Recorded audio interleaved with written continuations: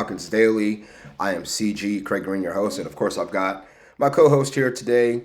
Harper Green is here with us as well. And we're talking some Falcons football. It is game week, y'all. Game week. We are getting ready for a real football game next Sunday, 1 o'clock, Harper, at Mercedes-Benz Stadium. We like to call it the Falcons house. They're going to be playing against the NFC South Division champions, defending champions, the Tampa Bay Buccaneers. That game, again, at 1 o'clock in the Benz. The Falcons are going to be preparing this week for that game. You're going to see a much more traditional style of preparation than you've seen here in the preseason. The Falcons, you'll see a couple of press conferences going on. Usually Raheem Morris will speak to the media on Monday. Sometimes the assistant coaches will talk on Tuesdays. You may see Michael Penix and other key players along with Raheem speaking again on Wednesday. Position coaches and things like that, other players on Thursday. And then on Friday, you will see the final injury report released. And then Saturday, Sunday, that will be, or Saturday exactly, maybe a walkthrough at the team hotel and whatnot. And then Sunday is game day.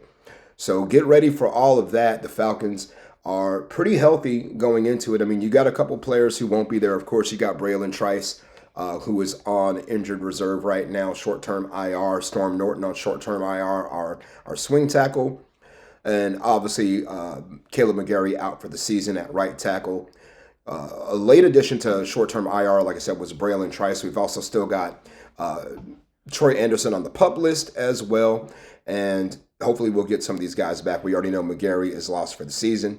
But hopefully Braylon Trice will be back by the time the Falcons hit their bye week in week 5. So it's going to be an exciting week of preparation. Just us as fans, we're just going to be waiting for the content to come across and seeing if there's any nuggets of information that can help us feel one way or the other about this football game. But I don't know about you, but I'm excited. It's been a long journey to get here. Feels like we started here on April 30th. We're now 5 months in, and we are finally about to play a football game. And when it comes to the Falcons and who they have on their team, on that squad, how do you guys feel about the players we're going to battle with next Sunday? Do you think we have the 53 men we need to beat the Buccaneers? They've gone through the cuts. They've gone through free agency, brought some players in, took some players out. I feel like we're really strong at wide receiver. I think we took a hit at offensive line, again, of course, with McGarry's injury. Defensive line, we're pretty strong. I still think we could use a guy like a Shy Tuttle to come in and help us out. Running back room, I like what we got here with Bijan Robinson and our guy Magnum TA, along with Nathan Carter. But you know what? If I still had it my way, I would still give Cam Akers a call and see if you want to be RB3 in Atlanta. Put him behind Bijan and behind Tyler Algier, and then maybe make Nate Carter RB4, keep him on the roster. He still has some value and can do some things. In terms of our wide receivers, feel good about that, especially if Darnell Mooney can come back and play. He did return to practice last week. Looking at our defensive line, we're pretty stacked there. Our edge rushers, feel good about who we're going to battle with. Looks like we're going to have Ebiketie and Leonard Floyd as our starters, with Jalen Walker, James Pierce behind them. Safeties, of course, we got Jesse Bates III, and then starting across from him, not Billy Bowman, excuse me. Starting across from him, you're going to have the rookie Xavier Watts playing at that strong safety position, as well as Billy Bowman in the slot playing nickel corner. So, some unknown things we've got for the Falcons. When it comes to some of these rookies starting. Also, we know historically what we're going to get out of Leonard Floyd, but what will we get out of Floyd in a Falcons uniform? That remains to be seen. But I feel pretty good about the Falcons' chances of winning this football game. And speaking of winning football games and talking about predictions, we're going to go into our predictions for 2025 right now.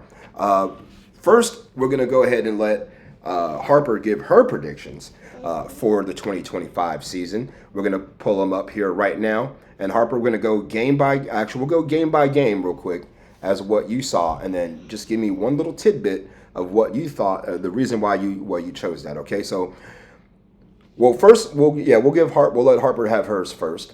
All right, so here's Harper's predictions for 2025. She thinks the Falcons will go 12-1-4. Four ties. That would probably be some sort of NFL record that wasn't set in the 1920s.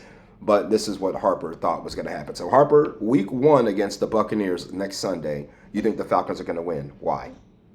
Because I think they're really good for playing and footballers. Okay. And then you have them losing only one game all season long, and that's against the Patriots in New England at Gillette Stadium. Why do you think the Falcons will lose that game? Because I think the other team might be a little better than them. Yeah, they have Gerard Mayo, the head coach. They're also going to be breaking out Drake May at quarterback from the University of North Carolina. He's a Tar Heel, and he plays quarterback for the New England Patriots. I've also got Stephon Diggs out there. So some unknown elements for them. You think the Falcons are going to tie, not once, not twice, not 3 times, but 4 times they're going to tie football games. And win 12 times. Yes, they're going to win 12 according to you. So against the Vikings, you said they're going to tie, right? Mm-hmm. Against the Buffalo Bills, they're going to tie. Against the Indianapolis Colts and against the Cardinals, they're all going to have ties. One thing I noticed is that it seems like in your mind, the Falcons play better at home than away from home because you have them getting ties and losses on the road. Do you think the Falcons are a better team at home at Mercedes-Benz Stadium, or do you think they're a better team away from home? A better team at home. You think they're a better team at home? How come? Because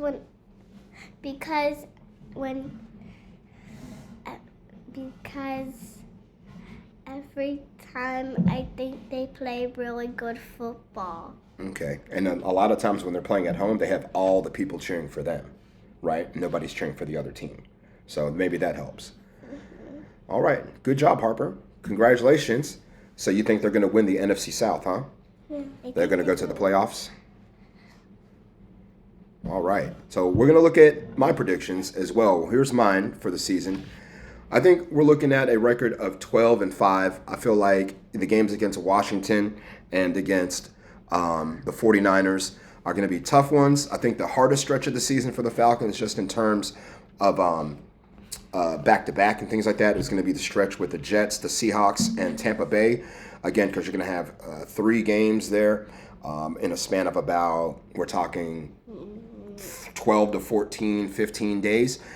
So I think that is going to be a hard stretch for the Falcons. I think they'll lose those 3 back-to-back, but I think they'll recover nicely, win 3 games in a row, and I think they will do it just enough to hold off Tampa Bay to win the NFC South, return to the playoffs. So that's my prediction. So you see it right there. I think they're going to go 3-0 to start the season. They're going to go into their bye week at a record of 4-1 with a loss to the Commanders, and then come right out of that bye week on Monday Night Football, get a win over the Buffalo Bills, but then return to prime time the next week in San Francisco, take a loss to Brock Purdy and the 49ers.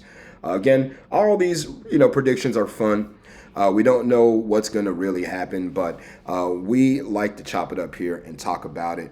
And then you guys let us know what you think in terms of predictions. Do you think the Falcons will go 12-5, 12-1-4, 17-0, 7-10? Will we have another 8-9 season?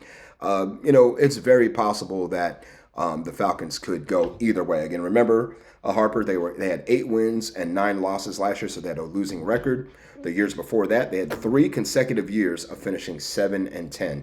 And the Falcons have not made the playoffs since 2017. That was the year after they lost the Super Bowl. So it's been a long time coming for the Falcons.